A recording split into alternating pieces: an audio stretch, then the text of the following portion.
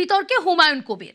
Mohammedan sporting ক্লাবের সভাপতি হুমায়ুন কবির 1.5 কোটির চেক বাউন্স, ক্লাবকে দেওয়া 50 লক্ষের 3টি চেক বাউন্স।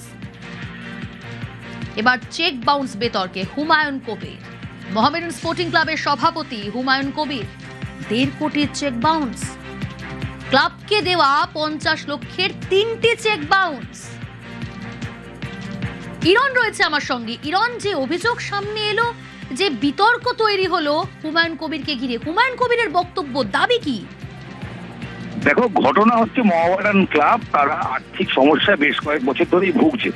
চলতি বছর তারা ঠিক করে যে নতুন প্রেসিডেন্ট নিয়ে আসবেন এবং তারা এমন একজনকে আনবেন যিনি আর্থিক সমস্যা সমাধানের চেষ্টা করবেন। এই মর্মে একাধিক ব্যক্তির নাম থাকলেও শেষ পর্যন্ত জুন মাসের প্রথম সপ্তাহে হুমায়ুন কবিরকে প্রেসিডেন্ট হিসেবে মোহামেডান ক্লাব দায়িত্ব দেয় এবং তাকে প্রেসিডেন্ট নিযুক্ত করে। এবং তার সঙ্গে যেটা সূত্রের খবর, চুক্তি বা মূলত যেটা কথা হয়েছিল, যদি রফা শব্দটা বলি সবচেয়ে ভালো বলা হবে, যে তিনি প্রায় 13 কোটি টাকা দিয়ে মোহামেডান ক্লাবকে সাহায্য করবেন এবং সেটা বিভিন্ন সময় দেবেন। জুন মাসের 15 তারিখে একটা দেওয়ার কথা, জুলাই মাসে দেওয়ার কথা, কারণ মোহামেডান ক্লাবে ফিফা ব্যান রয়েছে, যেখানে টাকা না দিলে ফিফার থেকে পারমিশন বিদেশি প্লেয়ার সই করার ক্ষেত্রে নিষেধাজ্ঞা ছিল। বাট যেটা দেখা যায় যে চলতি মাসে 3টি চেক 50 লক্ষ টাকা করে হুমায়ুন কবির দেন। যদিও আগে তার অনেক দিয়ে দেওয়ার কথা, সে টাকা তিনি কোনোটাই দেননি।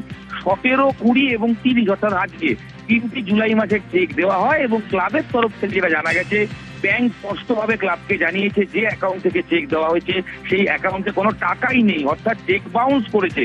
অর্থাৎ হুমায়ুন কবির যে প্রতিশ্রুতি দিয়েছিলেন, তিনি যে চেক হিসেবে টাকা দিয়েছেন চেকে, সেই 1.5 কোটি টাকা সম্পূর্ণ বাউন্স হয়েছে ক্লাব কর্তাদের মাথায় হাত। কারণ তারা এক্সপেক্ট করেছিলেন নয়া প্রেসিডেন্টের দেওয়া টাকা, সেই টাকা দিয়ে তারা ক্লাবের বিভিন্ন কাজকর্ম করবেন এবং পেমেন্ট দিতে হবে। ক্লাবের বর্তমান সচিব তিনি বলছেন, যদি যাকে প্রেসিডেন্ট করা হলো এবং যে শর্তে তার সঙ্গে কথা হলো যে তিনি আমাদের আর্থিকভাবে সাহায্য করবেন, সেটা 13 কোটি টাকা। আর প্রথমে তিনি কোনোটাই কমিটমেন্ট রাখতে পারছেন না এবং সেই জায়গা থেকে পরপর তিনি 1.5 কোটি টাকা দিলেন, 50 লক্ষ টাকা করে, 3টেই বাউন্স হলো। কি করে ক্লাব চলবে? এবং 1-2 মাসের মধ্যেই তাকে দায়িত্ব দেওয়া হলো বিধায়ক হিসেবে। তিনি 2টো বিধানসভা থেকে জিতেছেন এবং তাকে নিয়ে আসা হলো ক্লাবের। সে সময় ক্লাব নওশাদ সিদ্দিকী, তার কথা উঠেছিল তাকে প্রেসিডেন্ট করা যায় কিনা, কিন্তু শেষ পর্যন্ত হুমায়ুন কবির হয়েছিলেন, কারণ তিনি এই কমিটমেন্টটা রেখেছিলেন, যেটা ক্লাবের সূত্রে বিভিন্ন সময় আমরা জানতে পেরেছি। বাট পরপর 3টে চেক বাউন্স সবাই বিপাকে মোহামেডান, এবং তারা রীতিমতো ক্ষোভ প্রকাশ করছেন যারা ক্লাব কর্তা রয়েছেন। তারা বলছেন যে কি করে ফুটবলটা চলবে। এবং এরপরেই আজকে যেটা দেখা যায়, ক্লাবের সমর্থকরা বিক্ষোভ দেখাতে শুরু করেন। ক্লাবের সমর্থকরা রীতিমতো গেট আটকে দেওয়ার চেষ্টা। হুমায়ুন কবির কি বলছেন, তার কি দাবি, শুনুন। তাদেরকে জমা দিতে নিষেধ করেছিলাম। আমি চেক দিয়েছিলাম 20 তারিখের ডেটে একটা, আর 30 তারিখের ডেটে একটা দেওয়া আছে। তাদেরকে বলেছি যে 4 তারিখ 5 তারিখ জমা দিয়ে ক্যাশ হবে, কারণ যে কোনো ডেটে চেক ইস্যু করা, সে চেক তো আমার নামেই জমা হবে, আমি তো অ্যাকাউন্ট হোল্ডার। তো কেউ যদি এটা নিয়ে কোনো বদমাইশি করে, তার জবাব আমি তাদের ঠিক দেব। এটা তো আমার রেসপন্সিবিলিটির মধ্যে পড়ে। আমি ক্লাবের প্রেসিডেন্ট। চেকটা ইস্যু করতে হয়েছে একটাই কারণে, কারণ আমাদের যে ডুরান্ড কাপ, তার যে আমরা একটা টেকনিক্যালি আমাদের অবস্ট্রাকশন হয়েছিল, সেটাকে উইথড্র করার জন্য দিয়েছি। তো আমাদের 5 তারিখের মধ্যে ওটা ক্যাশ হয়ে যাবে।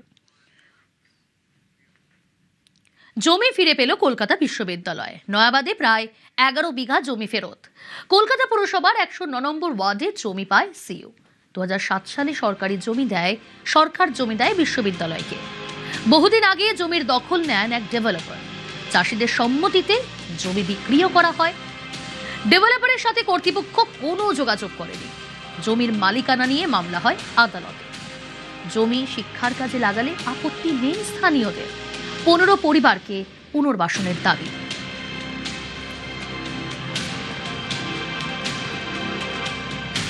আমাদের আশপাশে জমি রয়েছে। এবার কিন্তু এখানে কোনোদিন, এই 20 বছর ধরে আমরা কোনোদিন দেখলাম না যে এখানে কোনোদিন ক্যালকাটা ইউনিভার্সিটির জায়গা এটা বা কিছু এরকম কোনোদিন কোনো বোর্ডও দেখিনি। আজ পর্যন্ত এই প্রথম আমরা এখন শুনতে পাচ্ছি যে ক্যালকাটা ইউনিভার্সিটির জায়গা। কিন্তু এদের জায়গা থাকলে এদের আগেও তো বোর্ড দেখা থাকতো। কোনো রকম বোর্ড বা কোনো রকম চিহ্ন বা কোনো যাতায়াত বা কোনো রকম অবজেকশন এর আগে কোনোদিন দেখিনি।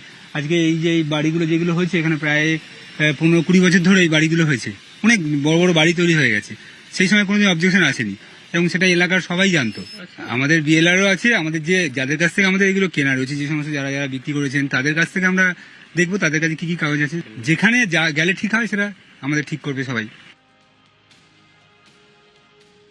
ওই 60 সালের দিকে জমিটা বিক্রি করে রাজারহাট ফিশারি প্রাইভেট লিমিটেড। এনার মেইন যে সভাপতি তিনি হলেন গোপাল খা।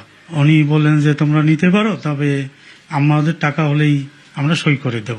ডেভেলপ করেছি, রাস্তা বের করেছি, ইলেকট্রিসিটি এনেছি, প্রায় দীর্ঘ 25 বছর বসবাস করছি, কিন্তু আজ পর্যন্ত কোনো কেউ নোটিশও করেনি আমাদের, আর কেউ কোনো বাধাও দেয়নি। আপনি বিক্রিও করেছেন আবার অনেক? হ্যাঁ, কিছু বিক্রি করেছি, কিছু আর ওই যে কাগজপত্র হয় না এই কারণে বিক্রি হয়নি। ডকুমেন্টস ওই চাষির থেকে একটা 10 টাকা স্ট্যাম্প পেপারে এনওসি টাইপের হয়, ওই পজিশন হ্যান্ড ওভার করা যাকে বলে। বিএলআরওর না, আমরা বিএলআর অনেকবার ভিজিট করে এসে আমাদের ওই নাম 2-1 আর উঠেছে ওখানে, সেটা আছে, আমাদের কাছে আছে। এই জমি হচ্ছে রাজারহাট ফিশারি কোঅপারেটিভের। কোঅপারেটিভের জমি কখনো ভেস্ট করতে পারে না, অনৈতিকভাবে ভেস্ট করে তারা ক্যালকাটা ইউনিভার্সিটিকে জমিটাকে বলছে আমরা দান করেছি। কি শর্তের উপরে দান করেছে তার কোনো ডকুমেন্টস নেই। 33 বছরে যদি কেউ লিজ নিয়ে থাকে, আজকের 20 বছর হয়ে গেছে, 20 বছরে এদের সঙ্গে কোনো যোগাযোগ নেই জমির। এখন 20 বছর পরে সিপিএম আবার উস্কানি দিয়ে এই জমিগুলোকে এভাবে প্ল্যানিং করিয়ে তাদেরকে দিয়ে ঘেরানোর চেষ্টা করতে। আমরা যারা এখানে বসে আছি, আমাদের বিধায়িকার সাথে কথা বলুন, কথা বলে আমাদের একটা সুব্যবস্থা করে, নির্দিষ্ট ব্যবস্থা করে তারপরে আপনারা ক্যালকাটা ইউনিভার্সিটি করবেন, আমরা ওয়েলকাম। যারা স্থায়ী বাসিন্দা তাদেরকে একটা সঠিক জায়গা করে দিয়ে তারপরে করুন।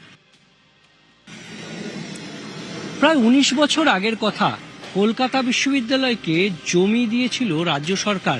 আর ঠিক সেই বোর্ড আমরা দেখতে পাচ্ছি 2007 সালের 21শে আগস্ট। নয়াবাদ মৌজার দাগ নম্বর 80, 81, 82, আর সেখানেই তার পরবর্তীতে এভাবেই ঘর বাড়ি উঠে গেছে। অর্থাৎ এখানে বাস করতে শুরু করেছেন যারা। এই বাড়িটি যেমন এক এক্স সার্ভিসম্যানের, তিনি দাবি করছেন যে তার ভোটার কার্ডও এই ঠিকানার, তাদের কাগজপত্র রয়েছে, তারা জমি কিনেছেন। কিন্তু এটা তো একটা ফিশারম্যান যে মৎস্যজীবী সমবায় সমিতি তাদের ছিল, এবং সেই যে সমবায় সমিতির জমি, সেই জমি কিভাবে কলকাতা বিশ্ববিদ্যালয়ের কাছে গেল সেটাই তাদের প্রশ্ন। তারা জমি কিনেছেন বলে দাবি, এবং শিক্ষা সংক্রান্ত উন্নয়নের কাজে তাদের বাধা নেই, তারা সঙ্গে আছেন, কিন্তু পুনর্বাসন দাবি করেছেন এখানের যারা প্রায় 15টি পরিবার। এখন এই পুনর্বাসন হটিয়ে পালাবদলের সরকারে কলকাতা বিশ্ববিদ্যালয়ে তার জমি বোর্ড তো লাগানো হয়েছে, কিন্তু এই জমিতে কাজ শুরু হবে কি উন্নয়নের, সেটাই প্রশ্ন। ক্যামেরায় সঞ্জয় মণ্ডলের সঙ্গে বিশ্বজিৎ, নিউজ 18 বাংলা। স্কুলের ইউনিফর্ম, সেখানে থাকবে না এবার থেকে বিশ্ব বাংলার লোগো, জানালেন স্কুল শিক্ষামন্ত্রী দীপক বর্মন। স্কুলে নীল সাদা ইউনিফর্ম থাকবে বলেও জানান মন্ত্রী।